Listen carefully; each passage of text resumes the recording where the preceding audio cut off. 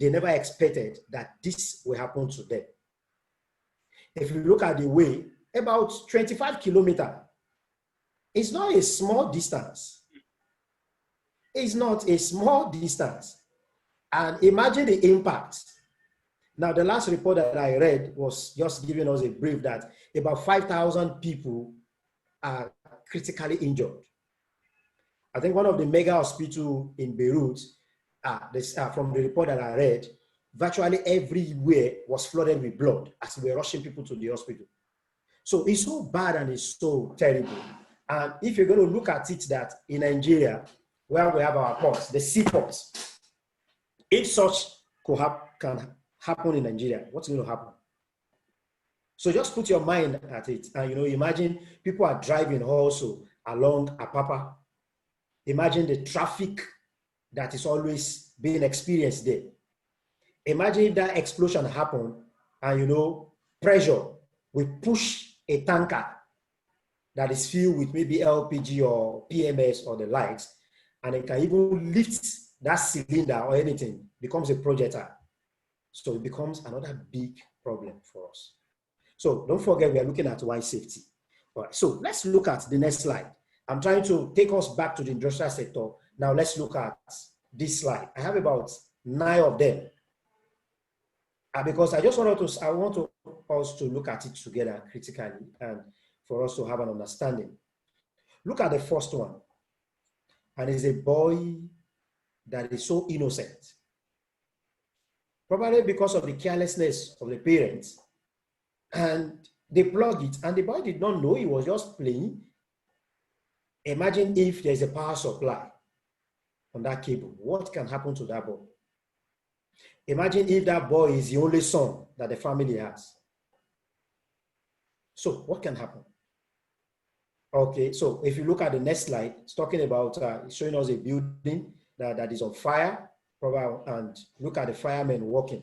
So where will this guy sleep that night? All right. So what's going to happen to the family that stays in those locations? Now look at the third slide. This is very common, especially if you come to the northern parts. You will see people, even in Lagos, same people sitting down at the back of the truck. Look at the number of people we have at the back of that truck.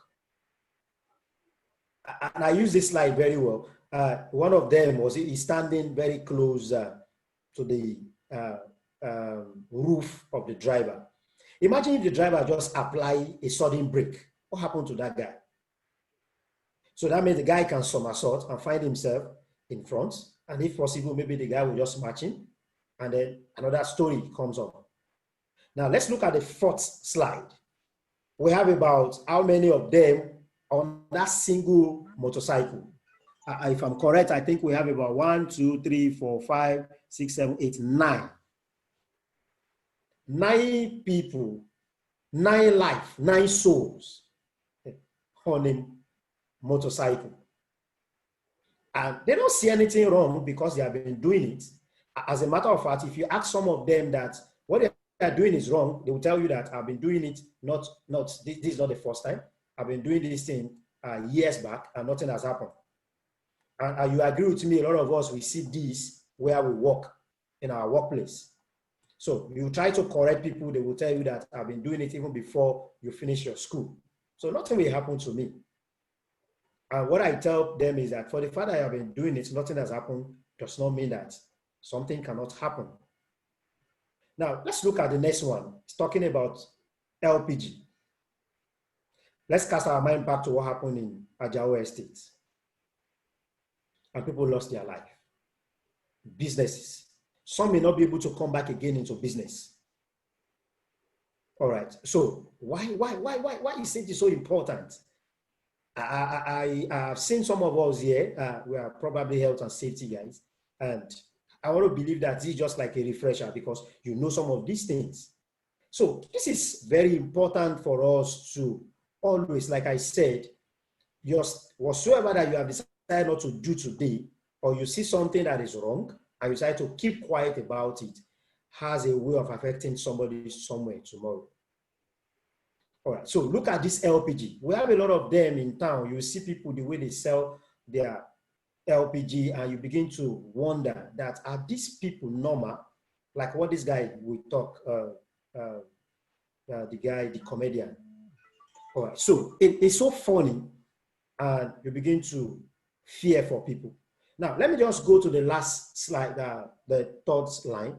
And if you remember, this was an incident that happened at the island where the school, there was a collapse of structure.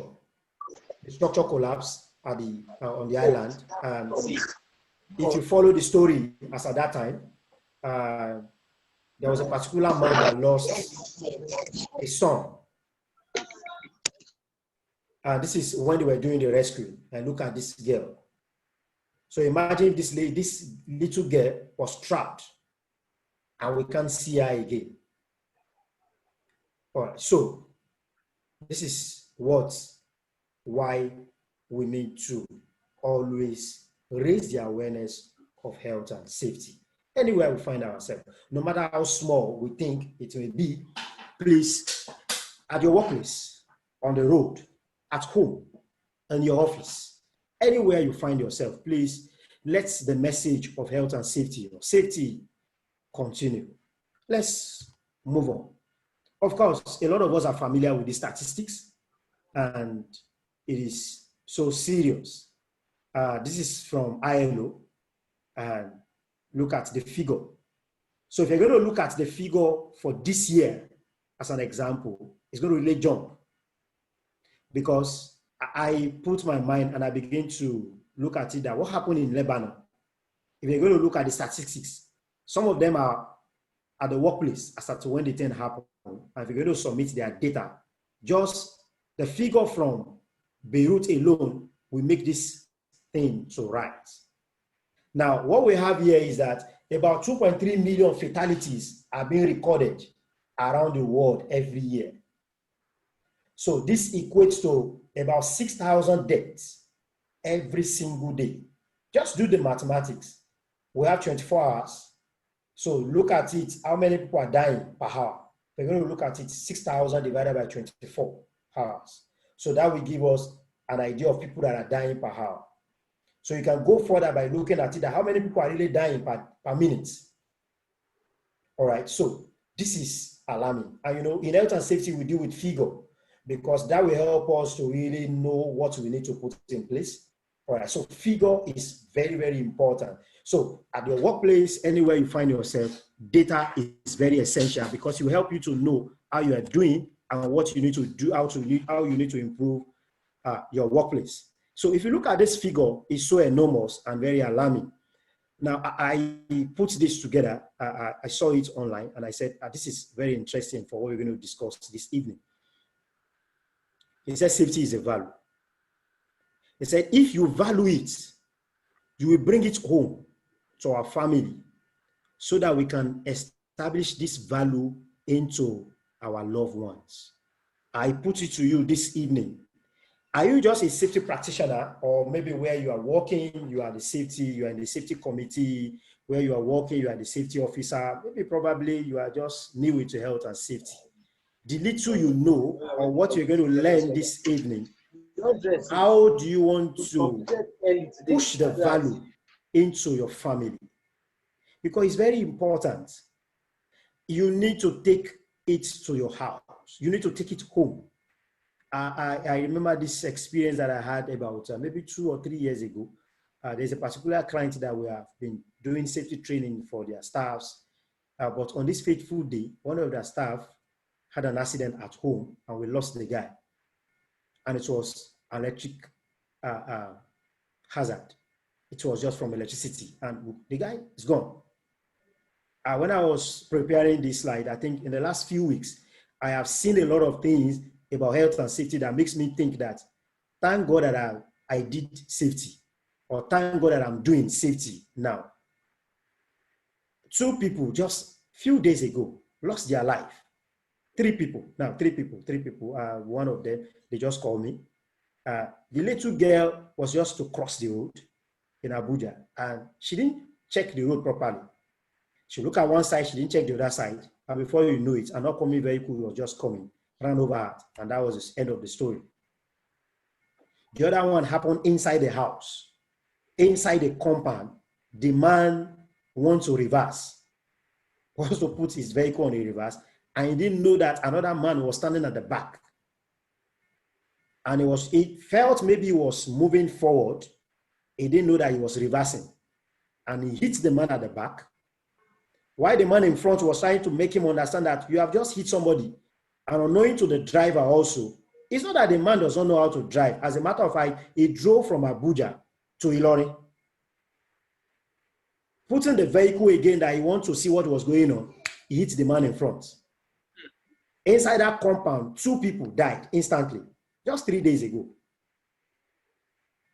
Well, people might say maybe there is another undertone to it, but what about if they have think about safety, that before I want to reverse, please, let everybody clear away. Or I want to drive, please, don't just assume that they can see you. Don't just assume that these things cannot malfunction. So if you value safety, you will bring it home to your family so that we can establish this value into our loved one. In this way, they can benefit from our value of safety by building a safety culture all around them and us. Because you might not be there, but when they have a safety culture inside of them, even when you are not at home, they will know that this is the way we run things here. Because our safety culture, that is not again saying, we all know it, that the safety culture in Nigeria is still, we still have a long way to go.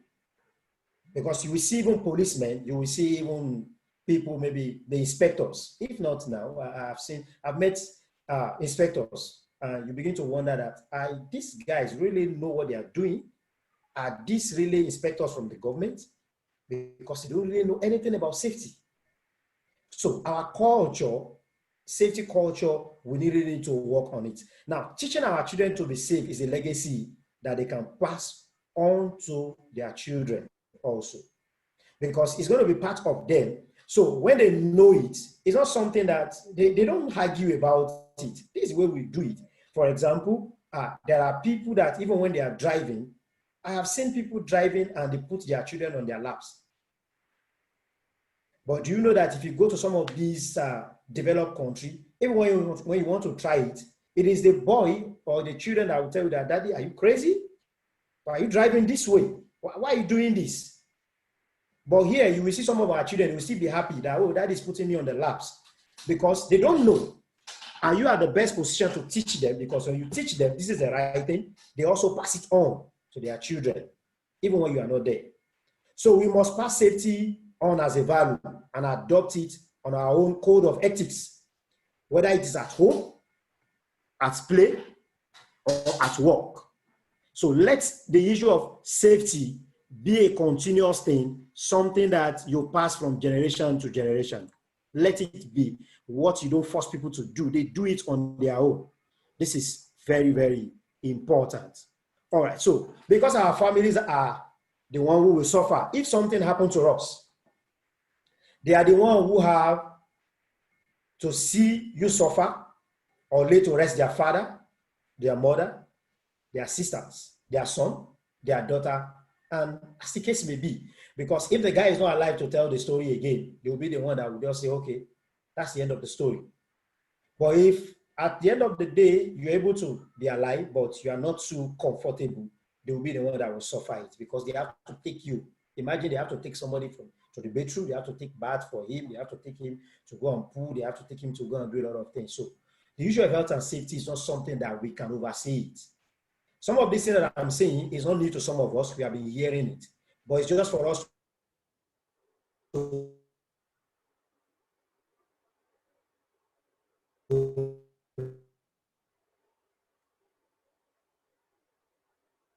raise the awareness again for us to know that we can't joke the issue of health and safety. Actually see it as a value. Either you are or you're a pagan, any religion that you, all right. If safety is a value, we need even safety practitioners. They are the ones that even lead, just as we expect our spiritual leaders to live by their value. Because I give you as an example, if tomorrow now you see maybe a cleric man, I will see him sleeping with another man's wife. How will you feel? You will feel that, well, Oga Pastor, you are the one that teaches us that we should be moral, but you are the one that is now doing it the other way around. So the same thing is applicable to safety. So when you see safety as a value, as an ethics, as a moral, that you need to live with it, then you look for ways and how you need to do it every time, every day, without anybody forcing you. You just do it because it's just part of your life. It's just a way of life for you. You are not struggling to do it. This is very, very important. All right. So let's look at the next slide. We are familiar with this slide also. A lot of us, we know hazard. And some of us, maybe you have done NEBOSH. Some of us, maybe you have done IOSH or any of this certification. You might not see classification this way. You might see, they might even break it down for you. They might give you mechanical, they might give you a lot of hazard. But I decided to use this as my own. We have the electrical hazard, we have the physical hazard, we have the chemical hazard, we have the psychosocial hazard, agronomic hazard, and the biological hazard. Of course, we all know that what we're experiencing presently, the pandemic we are in, we see the COVID-19 as a biological hazard. All right. If you're going to look at what happened to them in Beirut, in Lebanon, the chemical they were storing, if they have seen it as a chemical hazard and they have treated it that way, right from, imagine storing a chemical for the past 3 years, storing a substance. Somebody was talking that they must have read about the material safety data sheet. Well, good, but did they consider it a lot of things? But look at the impact of what has happened when this incident happened. I've seen a lot of couples of videos, even from at least some of my clients that are Lebanese, that were sending videos to them. So I've seen couples of videos that are very, very interesting. All right, so now we have the physical hazard. Name them. We have a lot of them, both at home, at the workplace, even on the road. Chemical hazard, as the name implies, any hazard that comes from either, they can be solid, they can be liquid, they can be gaseous elements of hazard. All right, so psychosocial hazard. Of course, a lot of us are going through stress at the workplace presently. A lot of us are going through emotional distress. Some have lost their job, as we are speaking right now. Some, they have reduced their salary. So it has become another hazard for them that they need to manage. The man that hit the two guys that died, the two men that died, I was telling one of the family friends, I said, they really need to manage that man properly, because that man is going to be in an emotional trauma now. Because the man will be looking at it that just with a tick one of high, he drove from Abuja. He never had an accident. But getting to his destination, he had an accident and involving two people dying. So that they really need to deal with the man with caution. Now, if you look at the next slide that I have with me, it's talking about hazard, the hierarchy of control, which a lot of us we are familiar with. And of course, we know that the best and the most effective method of elimination, method of controlling hazard, is for you to eliminate the hazard. So remove the hazard physically. So of course, we have read, a lot of us, we have read some of these things. We have attended trainings, seminars, lectures that talks about the hierarchy of control. So if you cannot eliminate, what you need to do is what? You need to substitute. And if you cannot do that, what you need to do again, you need to put the engineering control. And that cannot work. At times, you might have to join the two together, either engineering and administrative control together, to ensure that what you're going to do is fine. All right, so, and of course, PPE is the last resort. And what we tell some of our people is that it's the least effective. But what we see in our environment today is that PPE is the number one thing that you see that most organizations they put in place. What we are looking at this evening is just why health and safety, or why safety. So you agree with me that with the little that we have been seeing and the pictures I have shown, you agree with me that the issue of safety is not something, it can never be overemphasized. It's not something that we can say that it is enough. Well, we don't need to talk about safety again. But it's something that we need as much as possible to keep on telling our people at the workplace. We need to keep on reminding our family at home. Even on the road, we need to keep on being an advocate for safety. Because what you think does not concern you, or where you feel that not in my backyard, at the end of the day, can become an hazard that may affect you tomorrow. Now, let's take our mind back to the flood that we have experienced in Lekki lately. Now, most of the problem that they have is that a lot of them, when they take their pet drinks, they drop it and they don't dispose their waste properly. And when the rain falls, the rain takes the pet bottles and blocks the drainage. All right, so, and of course, water will always find its way at the end of the day. So what happened is that it goes back into their house, it goes back into the environment, and they feel the heat. So the issue of safety is not something that we can oversee. We have to keep on reminding our people, we have to keep on talking about it, we have to keep on reminding ourselves, we have to keep on telling ourselves that I have a role to play. I have a responsibility to play to ensure that as this man comes to work, he needs to go home and meet his family well. All right. So even when they are not ready to listen, make them understand that you have a wife at home. Make them understand that you have a son or you have a daughter at home. Even if they don't have that, they have siblings that are waiting for them at home. So why would they not do their work the right way? Now let's look at the scenario of the guy that died in Ibadan recently. A 300 guy that died in that complaint. So it's so unfortunate that the guy died the way he died. From trying to do an investigation about it, but I believe that as we are all seated here, we don't want to be statistics. We don't want to be figure that they want to use. All right, so we need to really work on that. Now, of course, this is the major reason for health and safety, or the reason for safety, as the case may be. Like I said, a lot of us that have done the Bosch, that we have done IOSH, that we have done some of these certification, that the World Safety, the IOSH, or any of these certifying certificates that you must have done, have talked so well about this reason for managing health and safety. So it's not something that is new to you. And you know, of course, well, that we have three reasons why we manage health and safety. All right, so the reason number one, or not in any hierarchy, like I used to tell people, is that if at all you are not doing health and safety for anything, please do it for moral reason.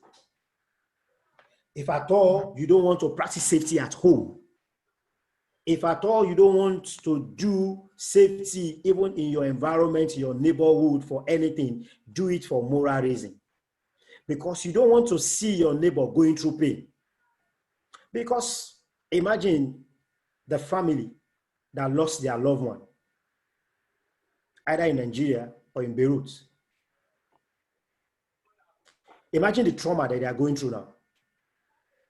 Imagine the pain that they are going through. So, of course, nobody wants to go to work. Nobody wants to step out of their house and they don't want to return home again. Of course, each and every one of us, you want to work and you want to go back home safely. So imagine what those guys are going through. Imagine what those families will be going through by now. Imagine the pain, imagine the trauma. No matter the money they want to give some of them, the money cannot bring back those that have lost. So if at all we don't do safety for any reason, if at all you don't practice safety at home for any reason, practice it on the basis of moral reason. Because people don't have to come to work, people don't have to do something, and they are scared that, oh, maybe the next day I will not leave. And of course, financial reason. So why health, why safety? So look at the amount of money. Let's look at the company in Ibadan. If they are going to pay back, if they are paying the family, imagine the losses that they are going to incur while the company has been shut down. So imagine their competitors, how they be smiling to bank by now. So the financial reason is very key. Imagine the money that they're going to spend if you're going to take them to court. So if I thought you don't do safety for any reason, if I thought you don't practice safety at home for any reason, if I thought you don't put safety in place at your workplace for any reason, look at the financial aspect. And of course, if you're looking at the financial aspect, you will look at the direct and indirect costs. All right, so some of us are familiar with this in our safety training. And of course, you know that there are some costs that can be insured and there are some costs that you cannot insure. So I have seen a lot in this field. I have seen a lot. And when I talk to some of our clients, I tell them that no matter the money that you think you have, there are some losses that money cannot buy. There are some losses that is going to be so critical that don't let us even look at factories. Let's imagine at home. Imagine those that are staying about 25 kilometers away from that location of the incident in Beirut. Where would they sleep? Where are they going to sleep now? Imagine all their sofa, all their chairs, all their whatever they have inside the house. It's gone already. Even if government decide to pay them, would they pay them for the life that they have lost? Would they pay them for some of the things that they have lost in the process? So, financial reason. And of course, the legal reason. We're in Nigeria, but a lot of us, we have read about what has happened in Beirut. Some of us are not in Lagos, but we read what is happening in Lagos. Some of us are not in Port Harcourt, we read what happened in Port Harcourt. Virtually everybody in Nigeria today has become a newsman. So if anything happens before you know it, people take the news around. So if I thought you don't do anything, do it for the legal reason. Because you don't want to be on the newspaper. Because you don't want your family, you don't want to be the one that will say you are the culprit. And you're going to be the one that will put your name and your picture on the newspaper that, oh, Mr. XYZ of ABC Nigeria Limited is the one that caused this accident, and this is his face. I want to believe that each and every one of us want to be known for good things. So these are some of the reasons for health and safety. And much more than that, I would like us to look at these highlights that I have with me about reason for safety. You agree with me that when you don't put safety in place, there will be injury. The injury can go beyond 3-4 days in the hospital. The injury can even lead to amputation. The injury can lead some people to be on a wheelchair for the rest of their life. So the injury can, as much as you want to imagine or say, that can happen. So just imagine people that don't put health and safety in place, what their people are going through because of the accident that happened to them.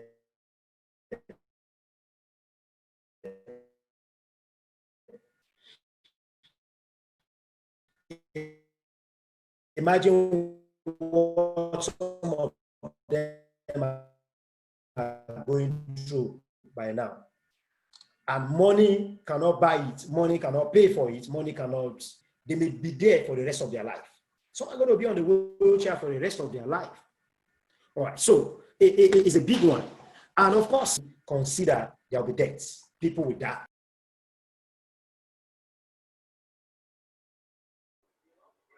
It's like we lost our speaker. Okay. Are you there, sir? We can't hear you. We can't hear you. There's a network. I'm back. All right. Okay. Can you see my screen? It's fine? We can. It's fine. It's fine. We can see you. Oh, all right. I remember the story of one of my neighbor, an elderly man, and the man sleep inside the bedroom. And from there, we didn't see the man coming back to the office. And that was the end of the story. Inside his house, he sleep in the bedroom. And that's the end. The man was unable to resume back to work, and that's the end of the story. So it goes beyond the workplace. Please, guys, if I thought we don't do safety for anything, injury and death is very key. And like I said, from some of the things that I've read, was talking about value. Please take it home. Some of us are safety professionals here. Please take safety home. My family they knows about it. For example, my children, I won't taught them that in case there's a fire outbreak, how you want to escape.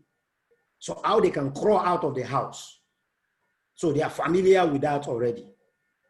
Some little safety tips that you can teach even the children at home can go a long way to save a life. And you never can tell when this thing is going to be important for them. It's going to be a matter of life and death for them. Talk about it: financial loss, property damage, workers' productivity will increase. And this is what business owners want to hear. If you tell them that when you put safety in place, there will be productivity, it's going to increase, they will say, how? So then you need to understand, and you must know how to make them understand how it's going to increase. And this is what I tell people when I do my training in class. I tell them that when you are doing health and safety, and your safety has to do with, you are just issuing PPE, and you are just following people that you are not wearing PPE, you are not doing this, you are not doing that, you have not started your health and safety. So, and that's why I was saying that in health and safety, data is very important. So when you can convince your partners, when you can convince your MD or your people at the workplace and make them understand why we are doing safety is for productivity to increase, and you can bring them data and they can see figure, then they will look at it that, oh, let's go by this. And of course, you know that it's going to increase the service, quality of the product at the end of the day. And the last one says here is going to increase the corporate reputation of the company. So imagine companies that have lost their loved one. Imagine their names already been tarnished. So I was sharing with some of my Lebanese clients, and I said, in health and safety, we call what has happened in Lebanon, there's what we call learning from incidents. And I just hope that some of our government and regulatory bodies are really learning from some of these incidents, and they are trying to put strategies and measures in place so that the same thing doesn't happen in Nigeria. Because if that's going to happen in Apapa, it's going to be a big disaster. Because mind you, like I said, we have tank farms around those environments. We have tanks that are even loading. Some are loaded already, and compressed gas in a cylinder, they are projectile. When they have a little pressure, you never can tell where the impact will be. Of course, in process safety, there's what we call consequence modeling. I've been able to use some of the software to do consequence modeling. And when we do modeling at times, and you see the impact of a particular gas, and you look at it that even the kilometer that the impact could get to, you begin to wonder that we just pray this thing doesn't happen, and we pray that people put measures in place and they follow safety procedures as being stipulated. Very important. So I'm going to take us to our home as I begin to wrap it up. Safety at home is fundamental concern. Of course, you know this already. It's very important that in our house we need to consider safety. No doubt about it. Like I said, I'm going to just look at few areas in our home that we need to check and we need to be firm. For example, some of us, we know that at least when you have the bedroom is very slippery. All right. So, and one of the high rates where people have accidents has to come with slip, trip, and fall. All right. So People can fall in the bedroom, and people are falling. As we are talking right now, people are just all over the world. Some are just in the morning, some are in the middle of the night, some are taking their bath, some are sleeping as we are talking right now. Because no matter how small you think where you are, the message of safety, you cannot overdo it. So anywhere you are on the social media, anywhere you find yourself, send a message and remind people about health and safety. Remind them. Our staircase also, people trip and fall from staircases. Pools. I believe that some of us read about the story of one of the celebrities in Nigeria that one of his sons died inside a pool. Why? Maybe negligence. Maybe they don't understand safety. So, like I said, the issue of safety, we cannot oversee it. The issue of safety, we cannot say that, oh, I know everything about safety. I don't need it. I don't need this again. Even if it's just a sentence, it can go a long way to remind you of what you need to do better. Internet safety, of course, we know some of our children, we need to be careful, we need to watch them and also follow up on them. Spread of virus and illness. The global population is increasing at an exponential rate. An outbreak of epidemics and possibly pandemic are inevitable in the current climate. We will continue to see things like this.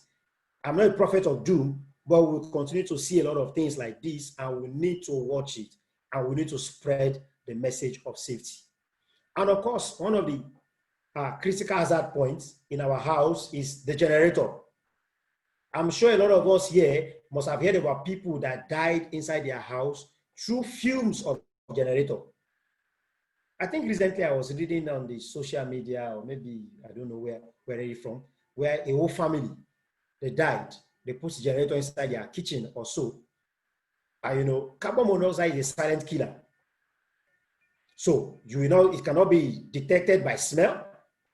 So, in order for you to keep your family safe, you must know that even when never you put a generator inside your house running for no reason. All right, I've seen people, they will tell me that, well, the reason why they put it is that, or the reason why they are trying to do that is that so that nobody will steal their generator at home. So, because of security, you want to jeopardize your own safety. Of course, you also know that the gas cylinder we have in our house also is also a critical point that you need to be careful about. So, you know that you're not supposed to keep your cylinder inside your kitchen. You're supposed to keep it outside your kitchen. Okay, so fire hazard. Fire is the biggest killer as far as our home accident are concerned. So fire, at least if at all you don't have anything, you need to have at least one fire extinguisher inside your house. Very important. Of course, you need to install a smoke detector at some critical points.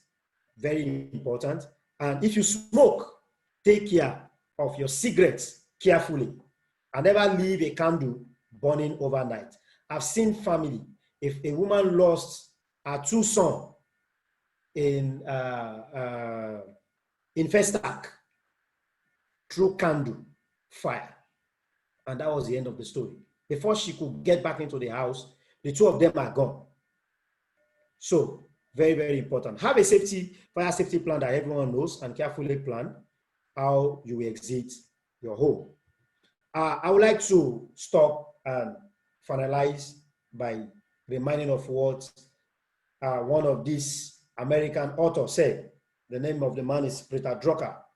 He said the guiding principle for business economics is not the maximization of profits, but the avoidance of loss. So as you are trying to talk to your management, as you are trying to put business in place, it's not just about profit alone, but the avoidance of loss.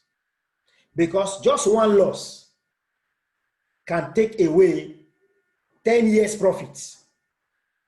Just one losses inside your facility can shut down the system and they may not be able to operate again. All right, so I would like to say again, this man, Jerry Smith, said something. He says safety is not expensive, it is priceless. So we cannot oversay anything that has to do with safety. It is not expensive, but it is priceless.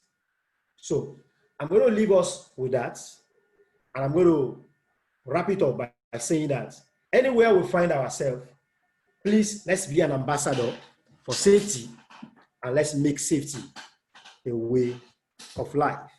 And on this note, I would like to stop, and I would like to give us maybe questions, comments, or concern, while I say thank you for listening and thank you for your time together.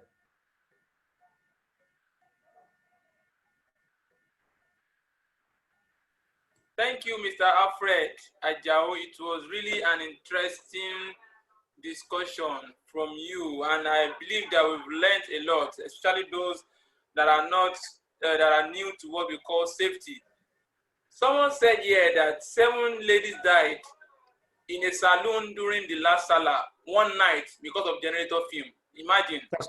That tells us the efficacy and the seriousness and the reason why we need to take safety serious. Some people just neglect it like it's routine, and that's part of the issues we have with our home safety. Because most of these things, we do it every day. We do it normally. It's our normal way of life. We believe that is the way we do things. I used to make an illustration of an accident that happened, and I used to use that illustration every single day when our speaker was talking about cost. Now, in this particular accident that happened in my street, they could have replaced the burner of the gas cylinder. The gas cylinder was leaking through the burner. It was the automatic. It was leaking. Now they could have replaced it with 800 naira or 1,000 naira, but they were managing it because they believed that it will not happen because they prayed in the morning, they prayed in the afternoon, they prayed in the evening, they prayed at night. So God is protecting them.